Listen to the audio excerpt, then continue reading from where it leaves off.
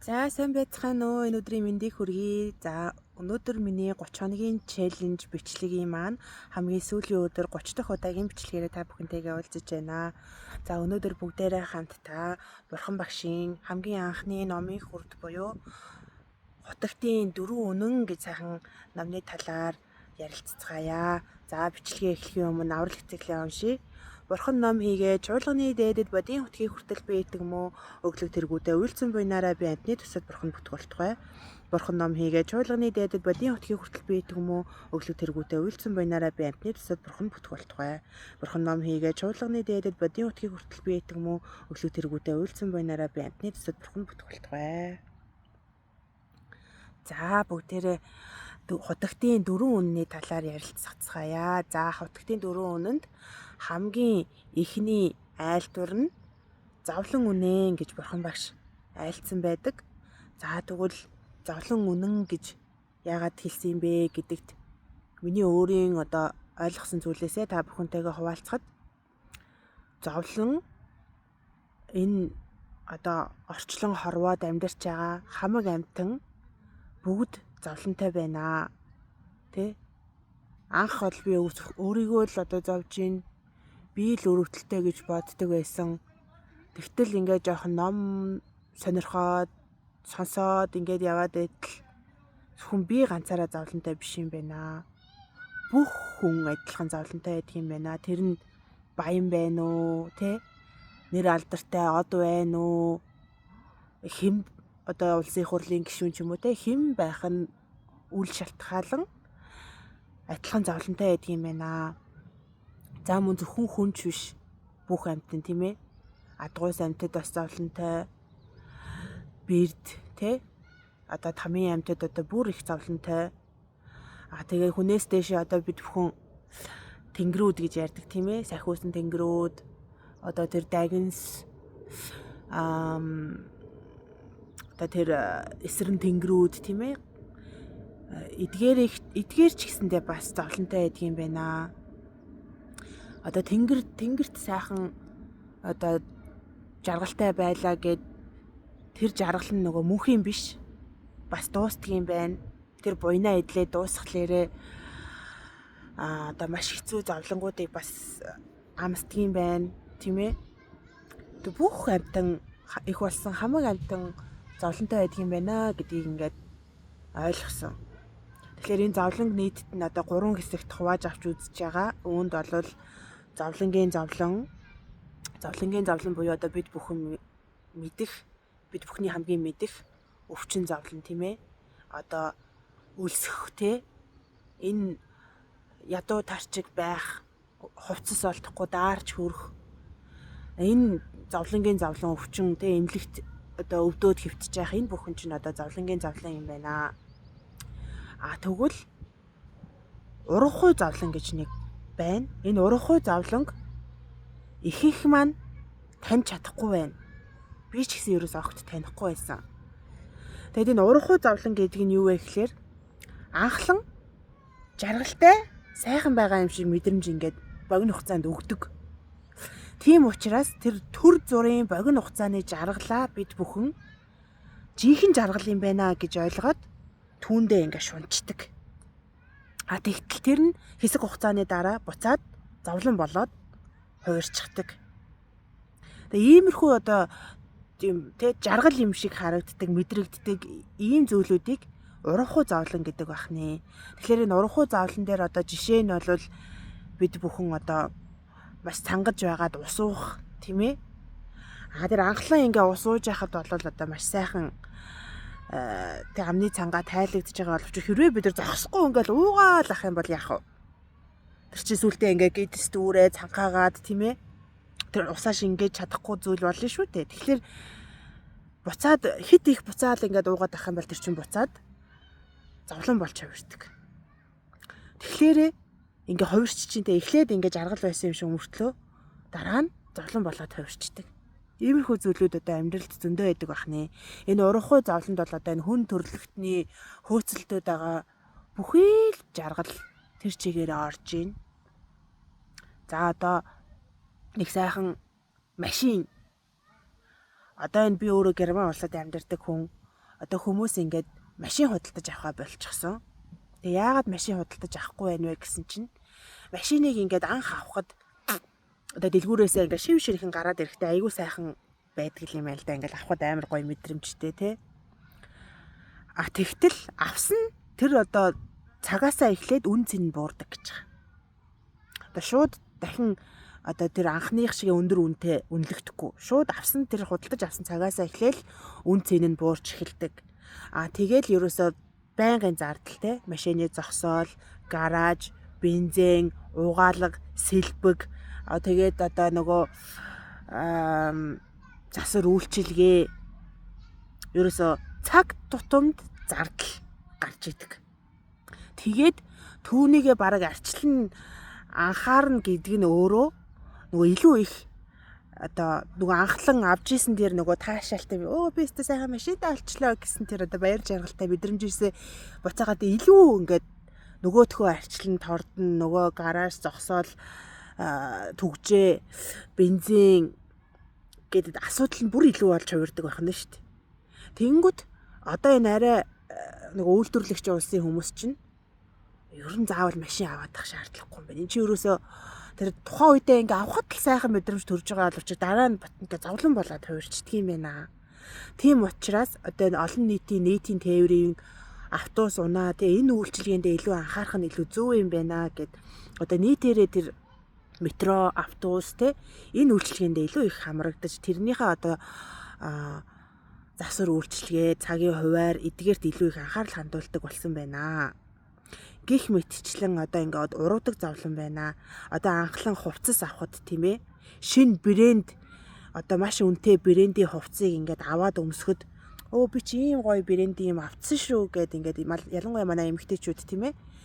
Тэр их үнэтэй зүйлээ ингээд авахд тухайн үедээ ингээд жаргалтай юм шиг мэдрэмж төрдөг. Маш сайхан. Би ийм гоё цүнхтэй би ийм гоё хувцас авсан шүү дээ. LV, Chanel юу гэдин те. Тэгтэл хэсэг хугацааны дараа тэр нь буцаад зовлон болж хувирдаг. Яагаад тэгэхээр анхны тэр авсан өндөр үнэ нэгт барихаа болно. Хоёрт цаг хугацааны ирэхээр одоо хуучирна, эдлэгдэнэ. Гуравт бол нөгөө үнэтэй цайтай авсан зүйлээ энэ тэнд хаях, орхих тийм ээ. Ийм асуудал үүсвэл одоо маш их сэтгэлээр унана. Мөн одоо тэр үнэтэй цайтай зүйл нь эвдрэх, гэмтэх тийм ээ. Одоо санамсаргүй байдлаар зүсэгдэх ч юм уу одоо яах юм те? Урагдах ч юм уу те? Ингэх юм бол одоо нөгөө нэг маш их үн цэнэ, маш их одоо төлбөр тэнд шингэсэн байгаа учраас буцаад нөгөө хүн чинь маш их хохирлыг амсдаг. Тэгтэл эд материал гэдэг зүйл чинь өөрөө тийм мөнх бус хэврэг зүйл байдаг. Хичнээн үнэтэй та авсан байсан ч цаг хугацааны ирэхээр тэр хуучирдаг, цаг хугацааны ирэхээр тэр эвдэрдэг. Ямар нэгэн байдлаар бас хаягдаж өргөдөх юм тохиолдлууд гардаг. Тэгээ ийм үед буцаад хүмүүс маань маш их сэтгэлээр ундаг. Миний нөгөө үнэтэй зайтай авсан тэрний минь өгсөн ингэсэн тэгсэн юм маань инглээд иглээ. Тэгтэл эн чинь өөр анханасаа ингээ дандаа юм гоёороо шинээрээ байхгүй гэдгийг бид бүхэн ухамсарлах хэрэгтэй юм байна л да. Тийм ээ. Ийм урвчдаг ийм зовлон. Буцаад ингээ зовлон болоод хувирчдаг ийм зүйл маш их цаг хугацаа, маш их мөнгө амьдралаа тэр чигээр нь тэрэндээ зориулдаг. Тэрний машин дэргийнхаа зээлийг төлөхийн тулд 10-20 жилээр ажил хийж штт. Тэгээд ч одоо нөгөө сүултээ тэгээ зархаас өөр аргагүй болдог. Зараад ч үн мөнгөө барихгүй тий. Анхны дээр авсан одоо тэр үр зээлээ дарж чадахгүй ийм тохиолдолд одоо олон хүмүүс орж ийна. Тийм учраас ийм урвдаг зовлон гэж байдгийн байх шүү. Тэгэхээр анхлан ингээ жаргал үнэхээр сайхан юм шиг харагдаж байгаа зүйлүүд ингээ хувираа зовлон болчдгийм байх шүү гэдгийг бид нар анханасаа ингээ мэдээд авчих юм бол тийм ин хувирдаг зовлонд хит их ач холбогдол өгч тийм ээ. Хит их ингэж мөнгө төгрөг цаг хугацаа амьдралаа түүнийхээ төлөө ингээ зориулж эцэст нь ингэж хохирч уйлж гансарч хоцрохгүй байх ийм боломж бас байна. За дараагийн зовлон бол одоо түгээмэл зовлон.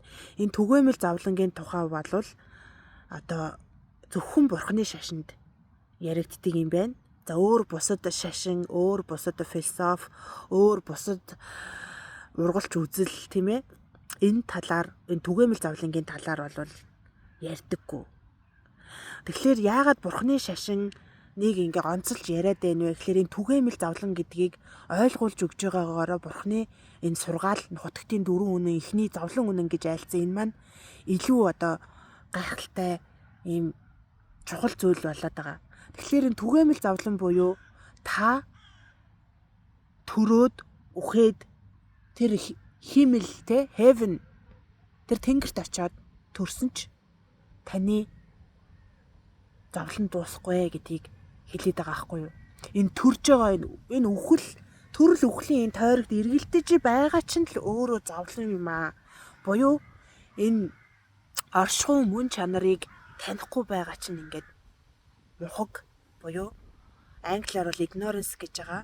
За энэ мухаглал чинь өөрөө зовлон юм байна. Энийг бид бүхэн ойлгохгүй ингээд яваад ахлаарэ ингээл одоо хитэн галуун турш ингээл дахин зовсоор өдөөдөрийг хүрчээ. Зөвхөн одоо энэ төрөлдөөч зовоод байгаа юм биш. Урд урдын төрлүүдэд дээж завна. Одоо энийг ойлгохгүй бол дараагийн төрлүүд дээж завна. Тэ? Тэр сайхан тэнгэрт очиж төрсөн ч сахиусан тэнгэр дагинсын хажууд төрсөн ч та зовхол юм байна. Энийг ойлгох хэрэгтэй байна. За тэгэхээр ингээд зовлон үнэ гэж одоо бурхан багш хамгийн түрүүнд айлцсан байдгийн байна. За тэгвэл энэ зовлон үнгээ үнэ юм байна. Тэ заваад байна. Би заваад байна. Таач заваад байна. Бүх хүн завж гин, бүх амьтан завж гин, хамаг амьтан завж гин. Тэгвэл энэ шалтгаан нь юу юм бэ? Хоёрдугаар үнэн. Зовлонгийн шалтгаан үнэн. Зовлонгийн шалтгаан үнэн гэхлээрээ бид бүхний одоо тэр бодит оршихуйг танихгүй байгаа. Бодит байдлыг ойлгохгүй байгаа. Өөрийнхөө тэр нэг бие үзлээрээ би жаргамаар байна. Тэр нэг ингээ урвчдаг зовлонд ингээд хууртаад яваад байгаа. Өөрийгөө жаргана гэж итгээд байгаа. Тэр мунхаг, шунал уур мунхаг хин нэгэнд уурлаад байгаа, хин нэгэнд атаархаад байгаа, хин нэгэнд шунаад байгаа, тэ? Өөртөө бас шунаад байгаа. Өөрийгөө ингээ бодтой өөрийнхөө мөн чанараас бүтцэн гэж итгээд байгаа. Энэ мунхаг, энэ бүхэн чинь тэр зовлонгийн шалтгаан юм байна. Энэ мунхаг энэ өөрөлдөө би жаргамаар байна гэсэн зөвхөн өөрийгөө амийн хуваа хичээсэн энэ би үзлээсээ болоод дахин төрөөл дахин ингээд зовлон хамсаал яваад идэм байна. Гэдгийг одоо ингээд дээдс багш нар маань ингээд дахин айлтж гин тийм ээ. Одоо энд бас би суралцаад явж байгаа хүн. Тэгээ энэ талаараа бас өөрийнхөө ойлгосон хэмжээнд та бүхэнтэйгээ ярилцж байгаа. Та бүхэн маань одоо цаашаа дэлгэрүүлэн судлаарай. Одоо энэ сайхан сургуулиудад суралцаарай. Тийм ээ. Дээдс багш нарын номонд суугаарай. За ингээд зовлонгийн шалтгаан үний юм байна. Би өөрөө энэ шунал уур мухаг уур ата омог энэ мухаг байдлаасаа болоод би заваад байгаа юм байна шүү гэдгээ ингээд ойлгоод ирэх юм бол 3 дахь үнэн энэ зовлонгийн уг шалтгааныг арилгахад зовлон гитлэх боломжтой тэ 20% үнэн гэж байгаа. Тэгвэл энэ зовлонгийн шалтгааныг нь бид бүхэн таниад мэдчих юм бол энэ шалтгааныг нь засаж хорж болдгийм байна. Тэ? Энэ шалтгааныг нь бид нар таниад авчих юм бол тэрийг ингээд хорж чадах юм бол зовлон гарахаа болох юм байна. Тэгэхээр энэ 20% үнэн гэж одоо маш чухал зүйлийг бурхан багш айлцсан байдаг бах нэ.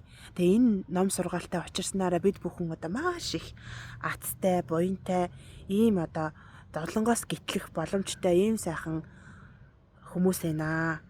За тэгвэл 4 дахь үнэн буюу зовлон гитлэх зам мөр үнэн гэж айлцсан байдаг. За энэ хутагтын зам мөр үнэн. За тэгвэл одоо бид бүхэн зовоод байна. Тэгвэл зовлонгийнхаа шалтгааныг олоод мэдчихлээ.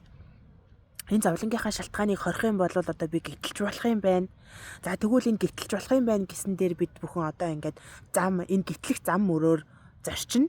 За энэ хутагтын одоо зам мөр буюу одоо энэ зам мөрт одоо 8 зам мөр гэж байдаг юм байна. За энэ 8 зам мөрийг та бүхэндээ товчтон сайхан уншаад өгье. За нэгдүгээрт бол зөв үзэл гэж байгаа. Зөв үзэл буюу хутагтын 4 үннийг ухаарах вэ гэж байгаа. За үнэхээр одоо энэ 4 үнэн чинь үнэн юм байна шүү. Энэ 4 үнэн те энэ зам мөрөөр би зарчих юм байна шүү гэд зөв үзлийг өөртөө шингээж авч чадж байгаа энэ чинь нэгдүгээр зам мөр бах нэ. За хоёрдугаарт зөв бодол гэж байна. За зөв бодол. Шунал, уур, хилэн, муу муухай үзэл бодлоосоо салгаа. Тийм ээ? Зөв бодол. Зөвхөн өөрийнхөө жаргалын тусад бодоод би л жаргалтай баймаар байна гэж бодоод ах биш. Би эргэн тойрныхоо тэ амьтан, байгаль, орчин, хүн энэ бүх зүйл хоорондоо ингээ уялдаа холбоотой шүтэн барилгатай байд юм байна. Тийм учраас одоо нэг нэгэндээ илүү нэг нэгийг хайрлая, бидрийнхаа төлөө сайжирья, тэ хамаг амьтныг тусыг бодё гэж байгаа энэ зөв бодол чинь одоо хамгийн чухал байдаг байх нь. За 3 дугаарт нь бол зөв үг яриа. Худал ярих, бусдыг гөрдөх, гүтгэх, бүдүүлэг үг яриа, хараалын үг хэрэглэх, за мөн дими чалчих, ярихаас зайлсхийх гэсэн байна. За тэгэхээр зөв үг яриа буюу одоо өөрийн үннийг хэлэхдээ ном сургаалыг өөрөө ойлгож мэдсэн ном сургаалаа бусадтай хуваалцах, тэгээ бусдад сайн сайхан одоо эерэг тийм ээ тэр хүнд одоо сэтгэлээр амар амгалан өгөх энэ сайхан үгнүүдийг хэлж байх нь маш чухал байдгийн байна. Одоо үг яриагаараа бид бүхэн сайхан өглөг хэлж болдгийм байна.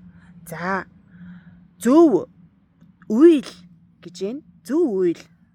Бодгалыг хөнөөхгүй, хулгай хийхгүй, дур зоргоороо авирлахгүй байх. За зөв үйл тийм ээ. Бид бүхэн амьтны аим аврах, бусдад туслах, өвчтөе зовлонтой хэн нэгнийг асрах, тийм ээ. Өдөрч өлсөж ядарсан нэгэндээ одоо хоол унд одоо өглөг өгөх, тийм ээ. Энэ ном эрдэм чамдаад явж байгаа хүмүүст одоо зэд барих. Тэг бодисодоо хамаг амьтны тусыг бүтээгээд явж байгаа энэ сайхан сэтгэлтэй хүмүүсээ туслах, дэмнэх энэ бүхэн маань зөв үйл болох нэ. Тэгэхээр бид бүхэн эргэн тойрондоо одоо тус дэмтэй үйлдэлээрээ тийм ээ зөв үйлдэлийг хийж гадаа ингээ нэг хог хөвтчихсэн ч гэсэндээ би энэ хогийг хаяагүй юм чинь миний хог биш юм чинь хамаагүй гэх биш. Би хаяагүй ч гэсэндээ энэ байгаль орчныг бохирдуулж энэ хогоо би сайхан цэвэрлэчих, би энэ хогоо аваа хайчихъя гэдэг энэ нэг жижигхэн хандлага тийм ээ энэ биеэр үлдэж байгаа энэ бүх үйлдэл чинь зөв үйлдэл ах нэ. За дараад нь бол зөв амжиргаа гэж байна. Бодгалыг зовоох, алах зэрэг үйлдэлдэггүй ажил мэргэжилтэй байх гэж байна. За зөв амжиргаа буюу бид бүхэн одоо амьдарч байгаа тийм ээ амьдл байгаа амьдарчл байгаа учраас бид бүхэнд бас хоол унд одоо хүүтэнд даарч хүрэхгүй байх хувцас сунар хэрэгтэй болдог. За тэгвэл одоо энтгээр зүйлийгээ бид бүхэн одоо ингэж буруу зүйл хийж олсон мөнгөөрөө амьдрах биш, зөв амжиргаатай байх хэрэгтэй. Нэг нэгэндээ сайхан туслаад тий одоо зөндөө сайхан ажил мэргэжлүүд байна шүү дээ. Одоо ингэхэд чинь л гадаа ядаж гудамжны хог цэвэрлж байгаа энэ хүн чинь л зөв амжиргаатай хүн байгаа аахгүй юу? Тэр нөгөө хулгай хийгээд тий худлаа яриад зөндөө сайхан олон сая төгрөг олж иж болно. Тэр бол буруу амжиргаа. Муу ч гэсэн одоо жоохон ч гэсэн өөртөө таарсан ажлаа хийгээд тэнчэнээсээ ингээд тий нөгөө хоёр идэхгүй хоосон ханахгүйгээ явж байгаа энэ хүн чинь зөв амжиргаатай байх нь шүү дээ. Тэгэхээр бид бүхэн шуналд хит их шуналд автаж нөгөө баяжмаар байна, мөнгөтэй баймаар байна ч гэдэг юм уу те. Энэ одоо өөрийн тэр шунал тачаалаасаа болж хит их буруу амжиргаа хийх нь буцаад маш их муу үлийн өрийг хураадаг учраас зөв амжиргаа маань маш чухал ах нэ. Тэгэхээр бид бүхэн зөв амжиргаа зөв зүйлийг хийж одоо те өөрөө өөрсдийнхөө одоо амьдралаа болгож явах нь зөв амжиргаа байдаг ах нь. За дараагийнх нь зөв зүтгэл. Зөв зүтгэл гэж байна. Зөв зүтгэл нь муухай зүйлийг сэтгэл дотроо дэврээлгүй, үүнийхээ эсрэг өөрөө өөртөөгөө тэмцэх, оронд нь сайхан бүхнийг хөгжөөн дэлгэрүүлэх. За зөв зүтгэл гэдээ ярихаар миний ойлголтоор бол бид бүхэн ингээд нөгөө бие үзэлтэй шунал уур мухгийнхаа ирэхээр маш их юм буруу зүйл хийгээд адчихсан байдаг. Тэ өөрийнхөө за яадгийн хүн харж байгаа биш, хулгайлчихъя. Ямар хүн сонсож байгаа биш, худлаа хэлчихье. Хүн намайг ямар мэдх юм биш. Тэ ингээд завшаад мөнгө төгрөг идчихий ч гэдэм үү. Иймэрхүү буруу дадал бит хүнд маш их байдаг аа. Тэгээд ингээд зөв амьдрий, зөв амжиргаатай бай, тэ зөв зүйлийг хий гэхлээр нөгөө дотроос чинь ингээд тэр нөгөө датал чинь ингээд гарч ирээд идэг. Тэгэхээр бид бүхэн зөв зүтгэл буюу өөрийн тэр дотроос гарч ирж байгаа тэр муу зан авир зам муу даталтаа баригдахгүйгээр үгүй ээ би ч одоо зөв зүйлийг хийнэ. Би одоо бусдад тустай зүйлийг хийнэ. Би одоо худлаа ярихгүй, би өөрөө өөртөө худлаа ярихгүй гэж ингэж өөрийнхөө тэр дотор гарч ирж байгаа тэр муу муухайтайгаа ингэж тэмцэх. Энэ ч нөөрөө зөв зүтгэл юм байна шүү. Тэгэхээр энэ одоо зөв зүтгэл гэж одоо чухал байх нь тийм ээ. За дараагийнх нь зөв мэдхүй гэж байна. Өөрийн бие махбод сэтгэл санааны үйл явц бүхнийг дотроо хянаж байх. Өөрийгөө мэддэг, мэдэмсэртэй, санамсартай байх нь одоо маш зөв мэдхүй байх нэ. Тэ би одоо ингээд зөв зүйл хийгээд байна уу? Эсвэл би одоо шунал уур мөнхгийнхаа эрхэнд автчихад байна уу? Гэдгийг одоо мэдэх хэрэгтэй яах нь тийм ээ. За дараад нь зөв төвлөрөл гэж байна. За зөв төвлөрөл буюу одоо зөв бясалгал хийх. Оюун санаагаа гадаад ертөнцөөс тусгаарлаж дотоод ертөнцийн амар амгалан бүтээж чадах гэсэн байна. За одоо анхаарал сэтгэлээ бид бүхэн юун дээр одоо анхаарлаа хандуулах уу те? Төвлөрөл, бясалгал гэдэг нь одоо юу юм бэ? Зөв бясалгал гэж юу юм бэ, тийм ээ? Бясалгал гээл ингээ зүгээр ингээ суугаад ахыг бас яг бясалгал гэж гин үү? Эсвэл тэгвэл тэр бясалгал дотроо бас зөв бясалгал гэж байна уу, тийм ээ? Энийг таньж мэдэх.